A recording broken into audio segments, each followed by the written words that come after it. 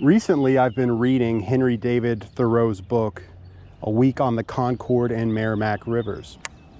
And as the title suggests, the book recounts a trip that he took down those rivers with his brother.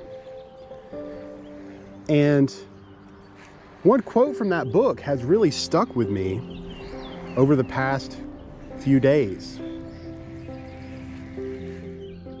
Away with the superficial and selfish philanthropy of men.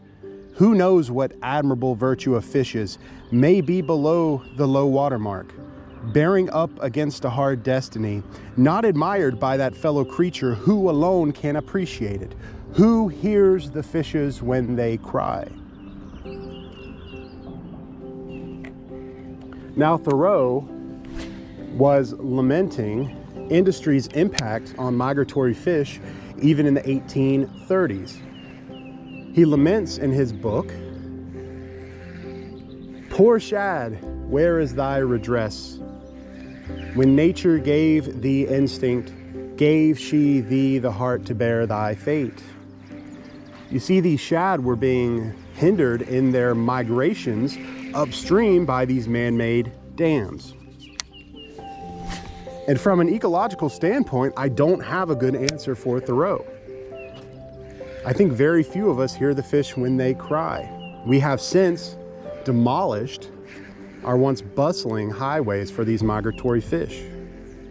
Even with clever inventions like the fish ladder, very few of these fish manage to find their way to their historic breeding grounds. And while I don't have a good ecological answer for Thoreau, I do think I have a theological answer. I would offer to Thoreau that God hears the fish when they cry. In Luke 12:6, Jesus tells his disciples, "Are not 5 sparrows sold for 2 pennies? Yet not one of them is forgotten before your Father." Jesus says, look, these sparrows are so cheap that you buy 2 of them for a penny. But when you buy 4, you get 1 thrown in for free. You don't even have to give another penny for this sparrow. We can take from that God's providence extends to the most insignificant of creatures, the sparrows of the sky and the fish of this stream. So yes, I'll say that God hears the fish when they cry. But what does that mean for you and I? Well, Jesus goes on in subsequent verses to tell his disciples, "For even the hairs on your head are numbered. Fear not, you are more valuable than many sparrows." I think it's easy to think that we're alone in all of this,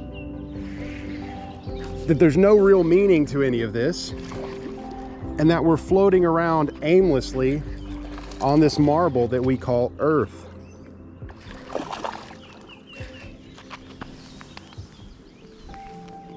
I'd encourage you to resist that idea.